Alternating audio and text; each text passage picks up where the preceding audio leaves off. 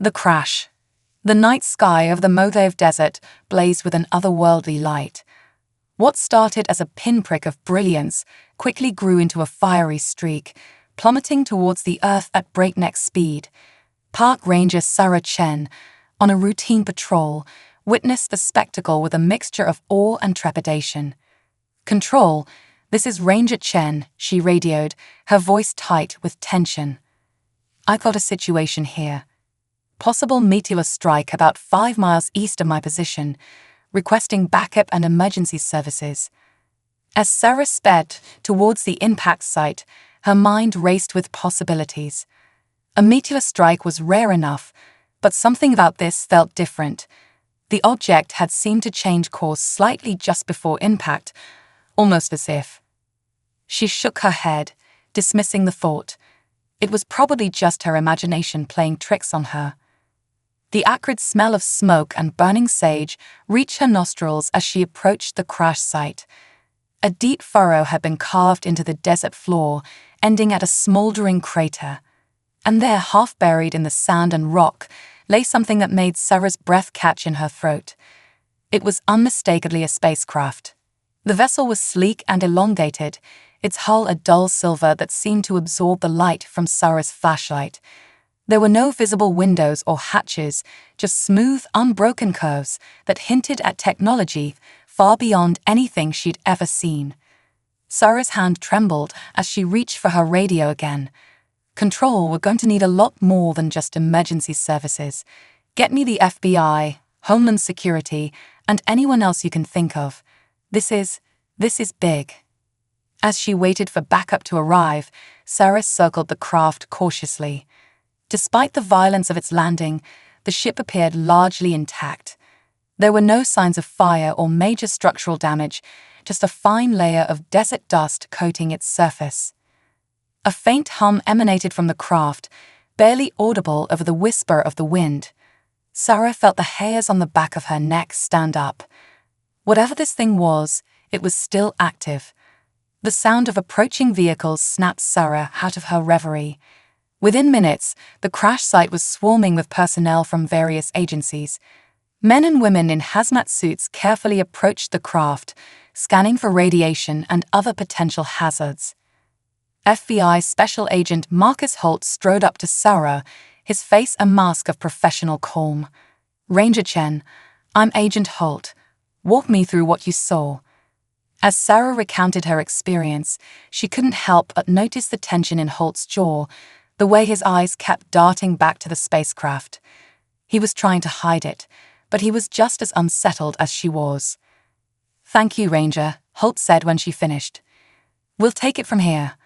I'm going to have to ask you to maintain strict confidentiality about what you've seen tonight." Sarah nodded, understanding the gravity of the situation. As she turned to leave, a commotion near the craft caught her attention. The team in hazmat suits had gathered around one side of the ship, their voices raised in excitement or alarm. It was hard to tell which. "Sir," one of them called out, "we found what looks like a hatch, and I think it's opening." Sarah and Agent Holt exchanged a look of disbelief before rushing towards the craft. The hum from earlier had grown louder, and now a seam had appeared in the previously smooth hull. As they watched, the seam widened, revealing a dark interior. Hearts pounding, the assembled group waited for a first glimpse of an alien life form. Would it be humanoid, insectoid, something beyond their wildest imagination? A figure emerged from the shadows of the craft's interior.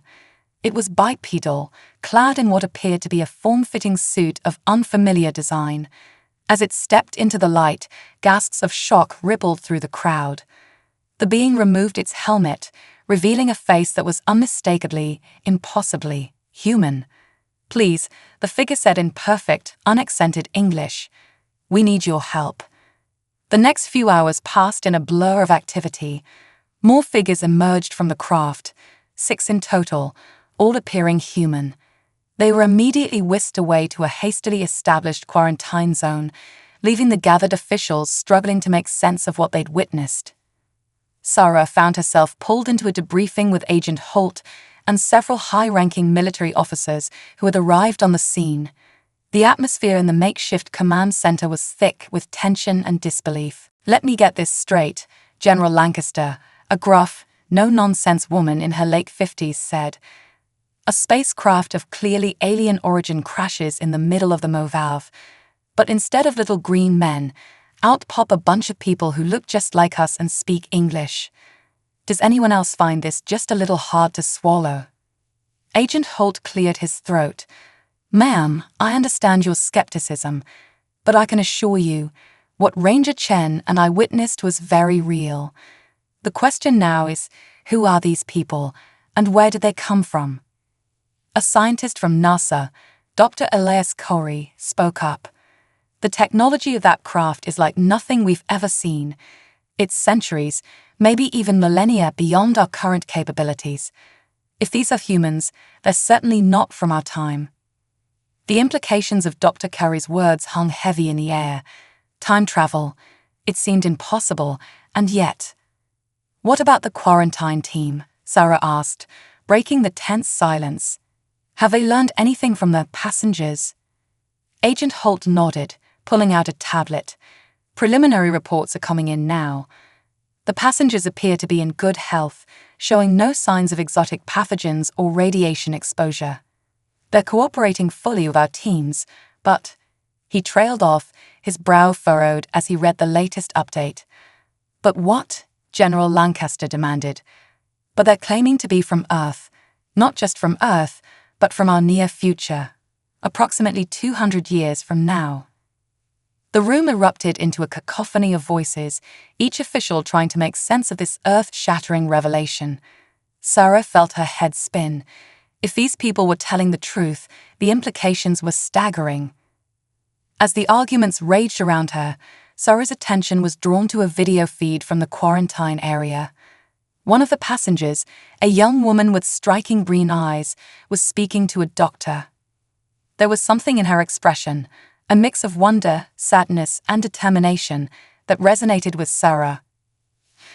"I know this must be hard to believe," the woman was saying, her voice clear through the speakers. "But we're not your enemies. We're your descendants, and we've come back because we need your help. The future of humanity depends on it." The doctor pressed for more information, but the woman shook her head. "I can't say more right now. It's too dangerous. But please, you have to trust us. Everything depends on it." As Sarah watched, she felt a chill run down her spine.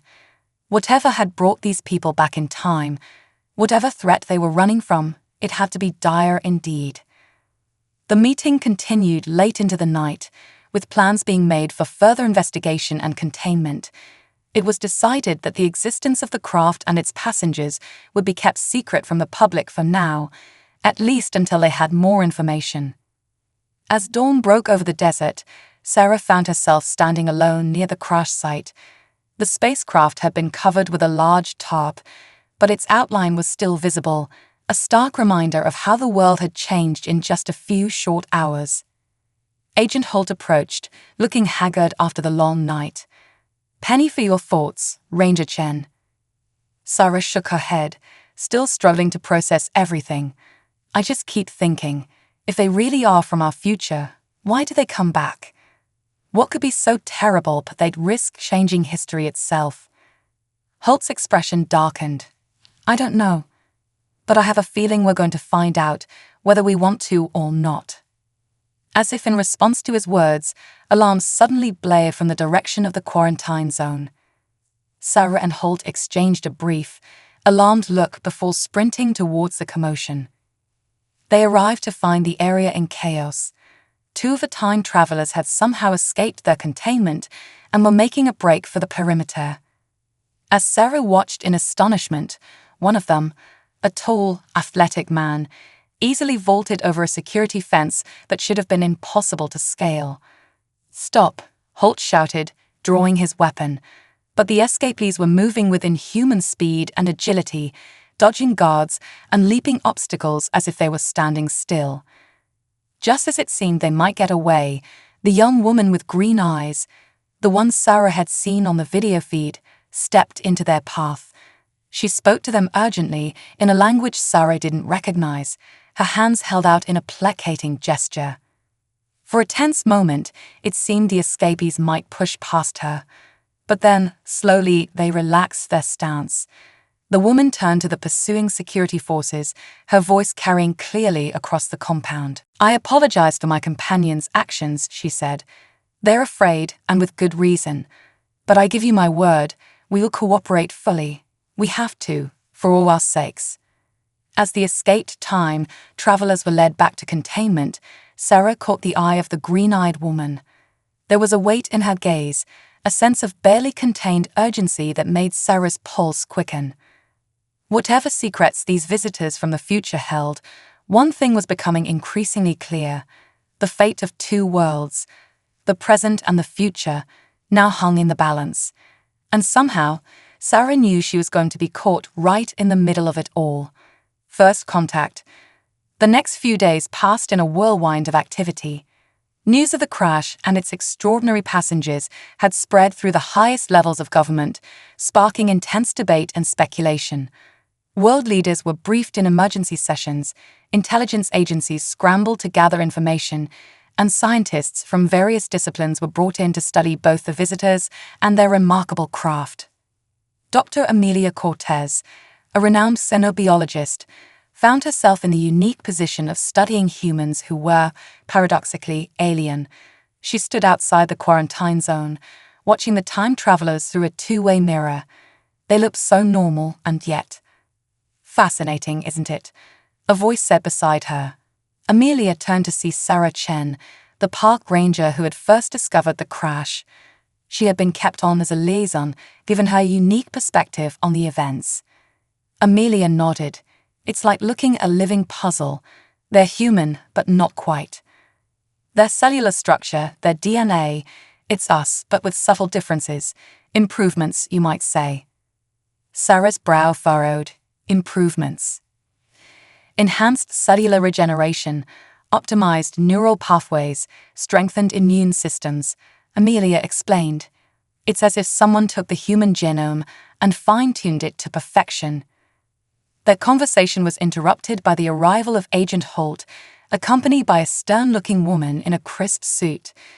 "Dr. Cortez, Ranger Chen, this is Elizabeth Cho, the President's National Security Advisor.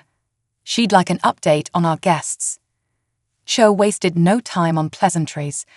What have we learned? Are they truly from the future?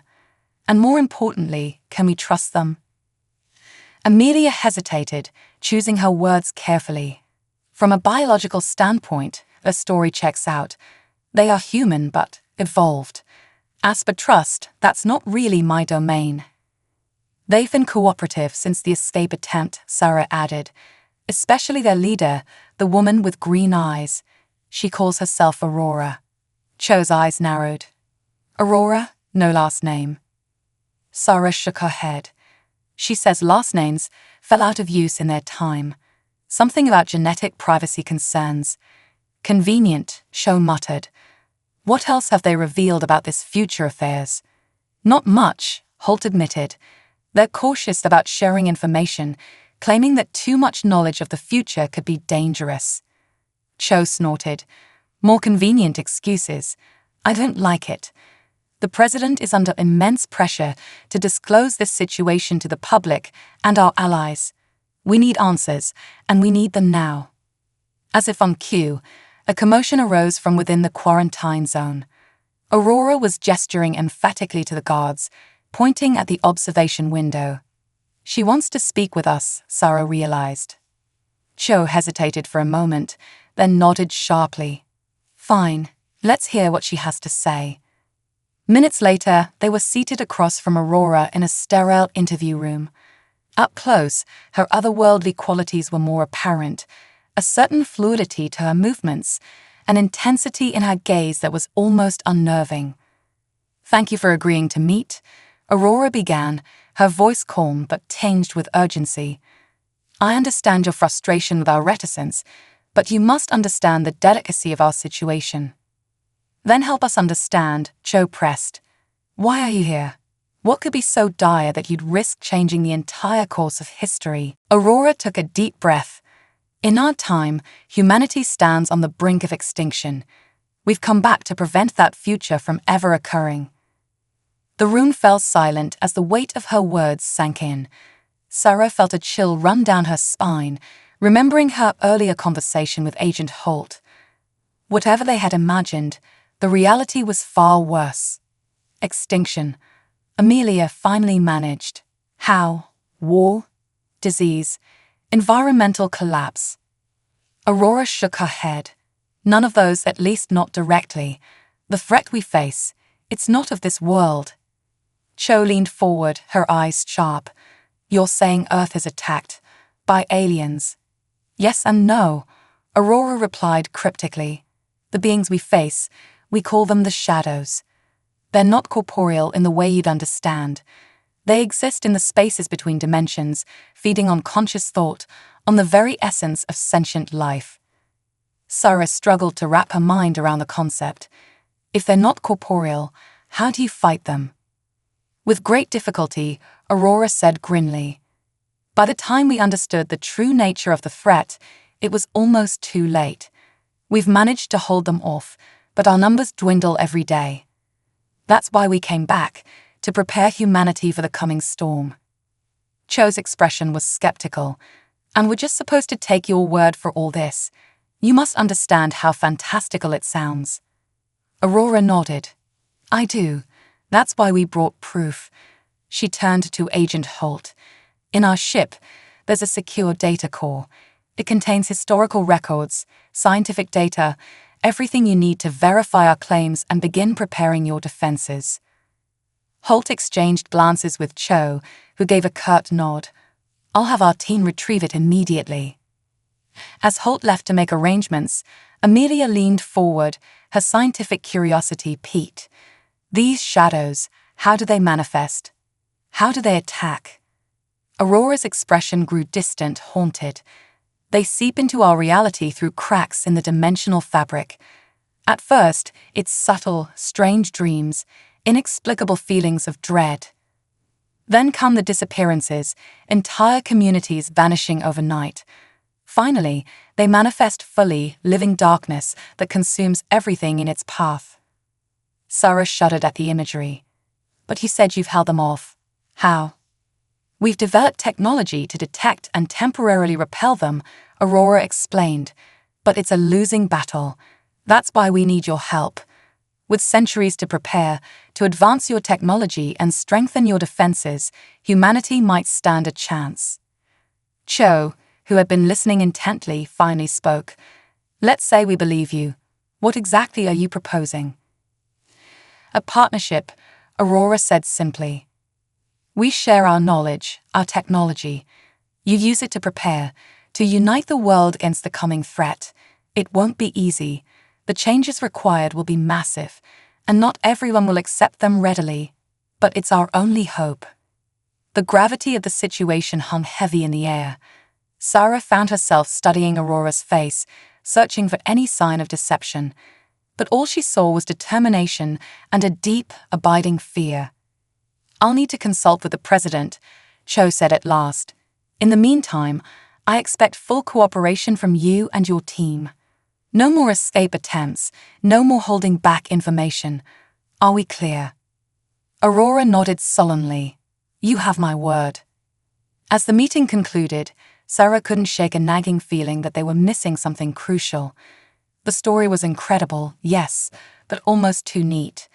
Why come back to this specific time? And why had only 6 of them made the journey? Her musings were interrupted by a commotion outside. Dr. Curie burst into the room, his face pale with excitement or fear. It was hard to tell which. You need to see this, he gasped. The ship, it's changing. They rushed to the hangar where the spacecraft was being held.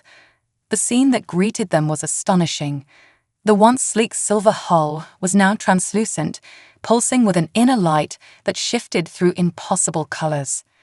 It started a few minutes ago, Dr. Curie explained breathlessly. It's as if the ship is awakening. As they watched, mesmerized, tendrils of light began to reach out from the craft, probing the air around it. One tendril brushed against a nearby tool cart, and in an instant the cart was gone, not destroyed, but simply erased from existence. "Everyone out," Holt shouted, ushering people towards the exit. "Initiate containment protocols now." In the chaos of the evacuation, Sarah found herself next to Aurora, who was staring at the transforming ship with a mix of awe and trepidation. "You knew this would happen, didn't you?" Sarah accused. Aurora met her gaze, her green eyes filled with a mixture of guilt and resolve. "Not exactly like this, no. But we knew the ship would evolve. It's part of the process." "What process?" Sarah demanded. "What aren't you telling us?" Before Aurora could answer, a blinding flash of light erupted from the ship, accompanied by a sound that seemed to exist more in Sarah's mind than in her ears. When her vision cleared, she gasped in shock. The hangar was gone.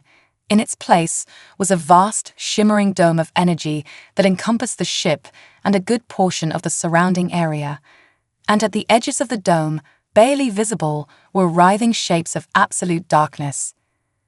"They're here," Aurora whispered, her voice filled with dread.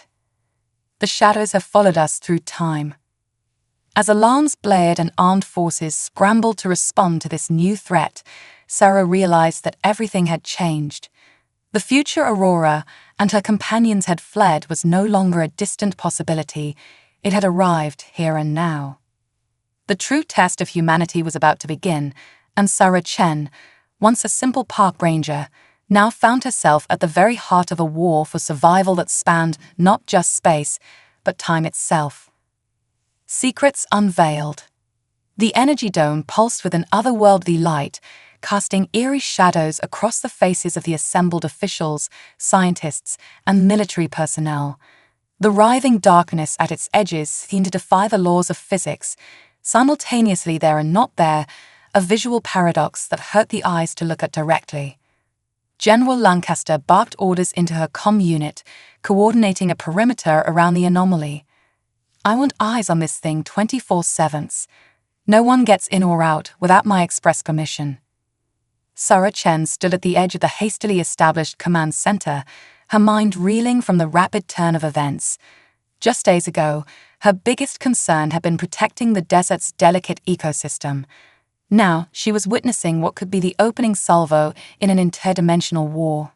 "It's beautiful, in a terrifying sort of way," Dr. Amelia Cortez murmured beside her, her scientific curiosity warring with her survival instincts. Sarah nodded grimly. "Beautiful like a supernova, maybe. Awe-inspiring, but deadly." Their contemplation was interrupted by the arrival of Aurora and her team, escorted by a squad of heavily armed soldiers. The time travelers' faces were etched with a mixture of determination and barely concealed fear. "You need to let us approach the ship," Aurora insisted, addressing General Lancaster. "We can stabilize the temporal field and contain the shadow incursion." Lancaster's eyes narrowed suspiciously. "And why should we trust you? For all we know, you led these things here deliberately. Because if you don't, everyone within a 100-mile radius will cease to exist within the hour," one of Aurora's companions, a stern-faced man named Orion, stated matter-of-factly. A tense silence fell over the group. It was Agent Holt who finally broke it. "I say we let them try.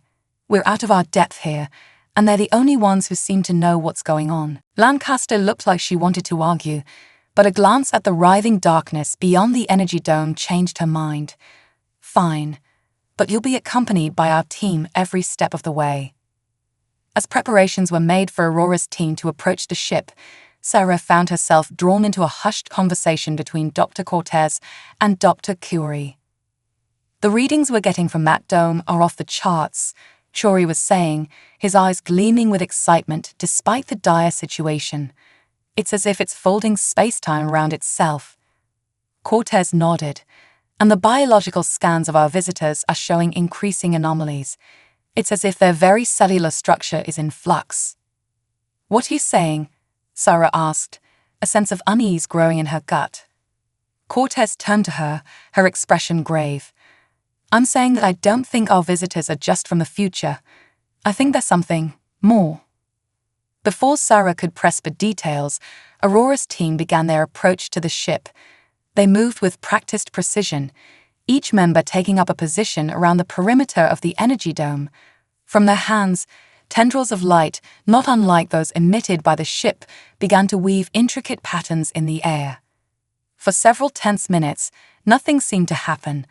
Then, with a sound like reality itself tearing, the dome flickered and contracted. The writhing shadows at its edges recoiled, seeming to howl in silent fury as they were forced back.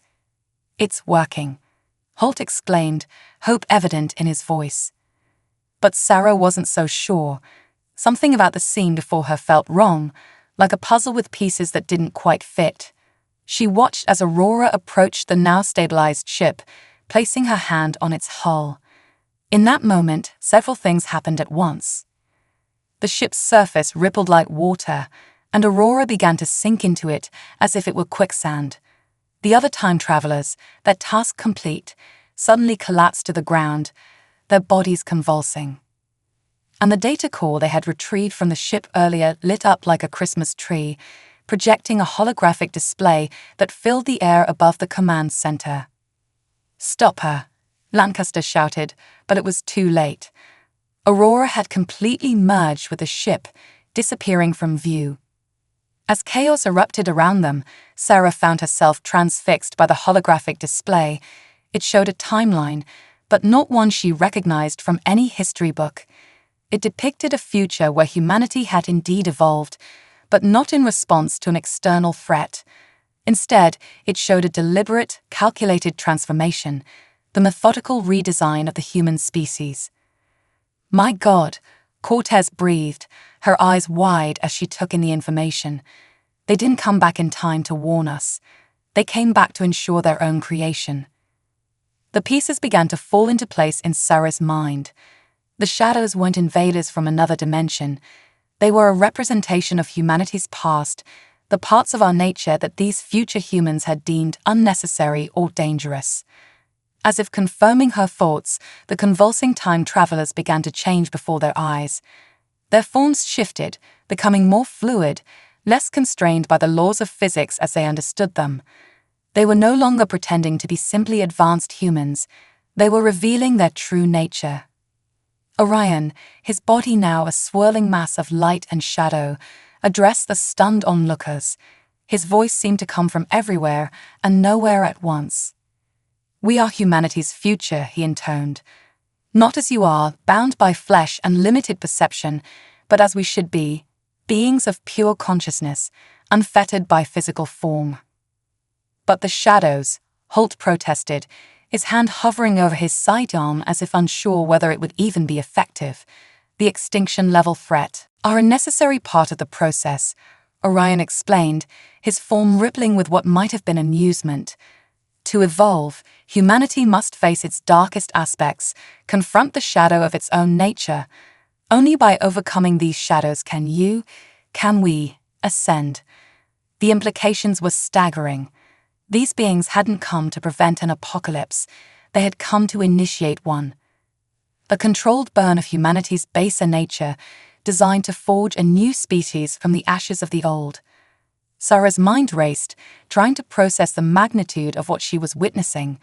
This wasn't just first contact with an alien species, it was first contact with humanity's own potential future, a future that seemed determined to ensure its own existence no matter the cost.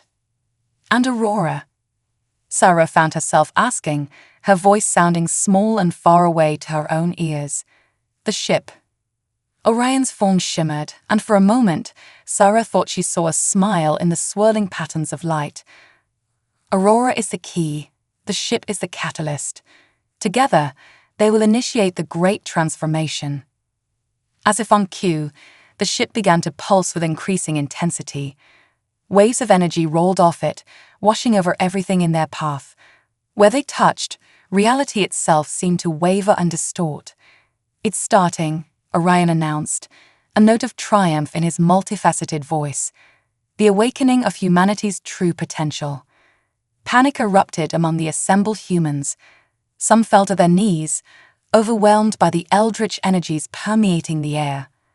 Others turned to run, only to find their path blocked by a shimmering barrier that had sprung up around the entire site.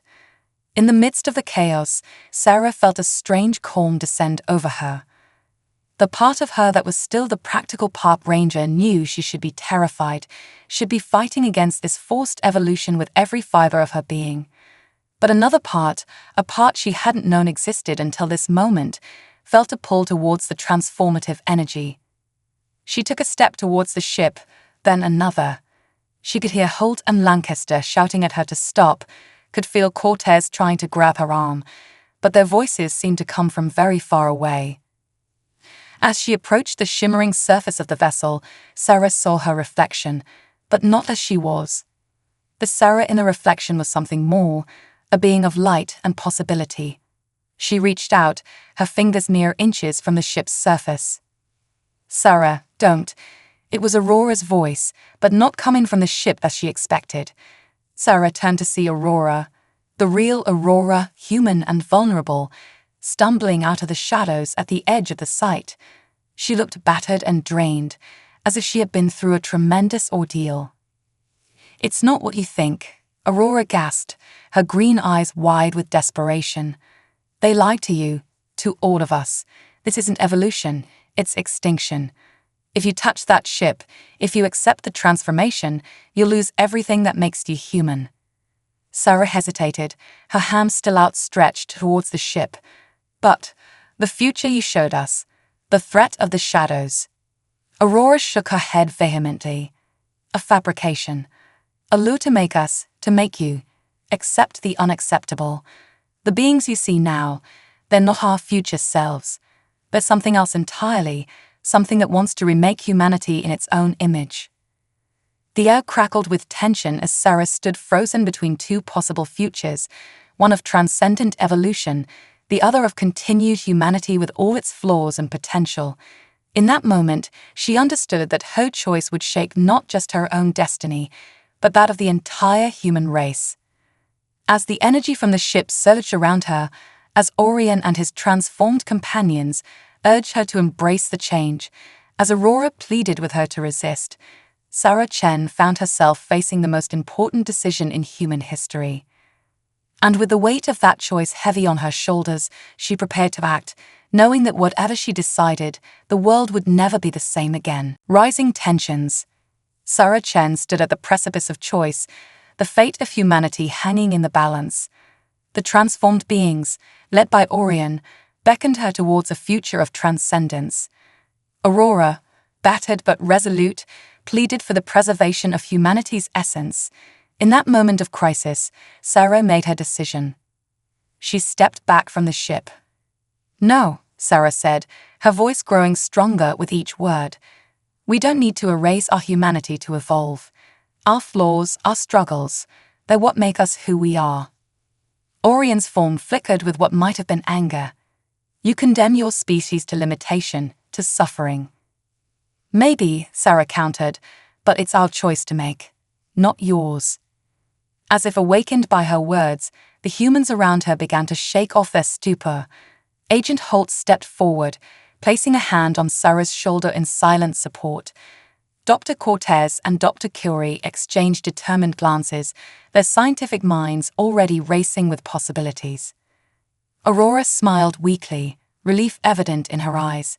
"Thank you," she whispered. But their reprieve was short-lived. The ship pulsed with renewed energy, and Orion's form grew more substantial, more threatening. "You think your choice matters," he thundered. "The great transformation cannot be stopped. It is inevitable." The air crackled with tension as humanity faced its would-be future. The stage was set for a confrontation that would determine the course of evolution itself. The ultimatum. In the days that followed, the world teetered on the brink of chaos. News of the crash and the existential threat it posed had leaked, sparking panic and civil unrest across the globe.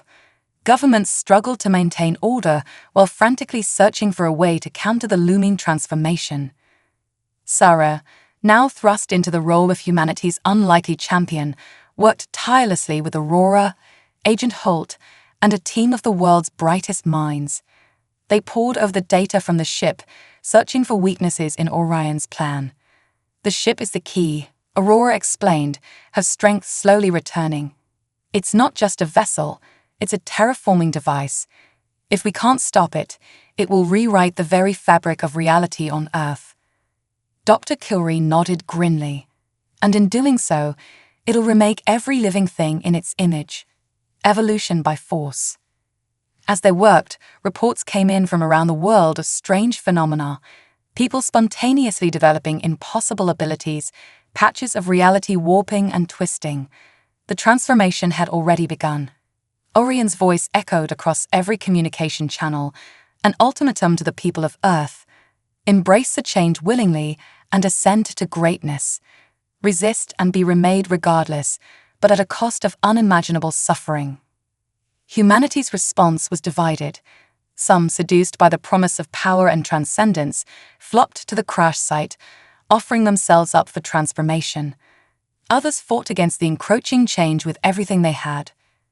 Sarah watched it all with a heavy heart, knowing that time was running out.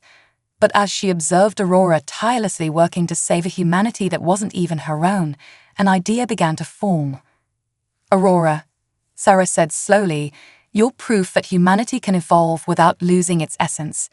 You're advanced, but you're still human where it counts." Aurora looked up, a glimmer of understanding in her eyes. "You're right. I'm the product of natural evolution, not this forced transformation. But how does that help us now?" Sarah's eyes gleamed with determination. "Because you're the blueprint we need. If we can't stop the transformation entirely, maybe we can guide it. Make it ours instead of theirs." With renewed purpose, the team set to work on a daring plan. If they could use Aurora's genetic structure as a template and interface it with the ship's terraforming protocols, they might be able to hijack the transformation process. But as they neared completion of their desperate gambit, Orion made his move. The ship's energy output surged to unprecedented levels, and across the world, people began to change en masse. The final battle for humanity's future had begun. Humanity united. The sky burned with unnatural fire as the ship's energy engulfed the Earth. All around the world, people fought against the encroaching transformation with every fiber of their being. At the crash site, Sarah and her team raced against time to implement their plan. Aurora stood at the center of a hastily constructed array of equipment, her body connected to the ship's systems by a web of glowing tendrils. "It's now or never," Dr. Cortez shouted over the roar of reality being rewritten. "Aurora, are you ready?" Aurora nodded, her face a mask of determination. "Do it." Dr. Corey threw the switch, and Aurora's consciousness surged into the ship's systems. For a moment, nothing seemed to happen. Then, with a sound like the universe itself screaming, the energy wave faltered. Orion's form manifested before them, his voice thunderous with rage. "What have you done?" Sarah stepped forward, staring defiantly into the swerving vortex of his non-human eyes. "We've taken control of our own destiny. Humanity will evolve, yes, but on our terms, not yours." All around the world, the forced transformation began to shift. Instead of erasing humanity, it enhanced it. People found themselves stronger, faster, more resilient, but still fundamentally human. The shadow creatures born of humanity's darker nature didn't disappear, but became integrated, balanced. Orion howled in fury and despair as his form began to dissipate. "You've doomed yourselves to half measures and compromise." "No," Sarah countered, watching as the last vestiges of the would-be future faded away. "We've given ourselves a chance to grow, to become better, without sacrificing who we are." As the energy wave subsided, Aurora collapsed, caught by Agent Holt before she could hit the ground. She smiled weakly up at Sarah. "It worked. I can feel it. The future's changed." In the aftermath, humanity faced a new world of challenges and possibilities. The transformation had unlocked potential in every person, but it would take time to understand and master these new abilities. Sarah found herself at the forefront of this new era, working alongside Aurora to guide humanity through its next steps. The ship, now inert, became a repository of knowledge, a blueprint for responsible advancement. As she stood watching the sunrise on the first day of this new age, Sarah reflected on the choice she had made. Humanity hadn't ascended to godhood, hadn't erased its flaws and limitations. Instead, it had been given tools, incredible, powerful tools, but the choice of how to use them remained in human hands. It wouldn't be easy. There would be struggles, setbacks, and those who would abuse their newfound abilities. But as Sarah looked out at a world brimming with potential, she felt hope. Humanity had faced its ultimate test and emerged not as conquerors or gods, but as something perhaps more precious. Human beings, flawed but ever striving, ready to write the next chapter of their story among the stars. The end.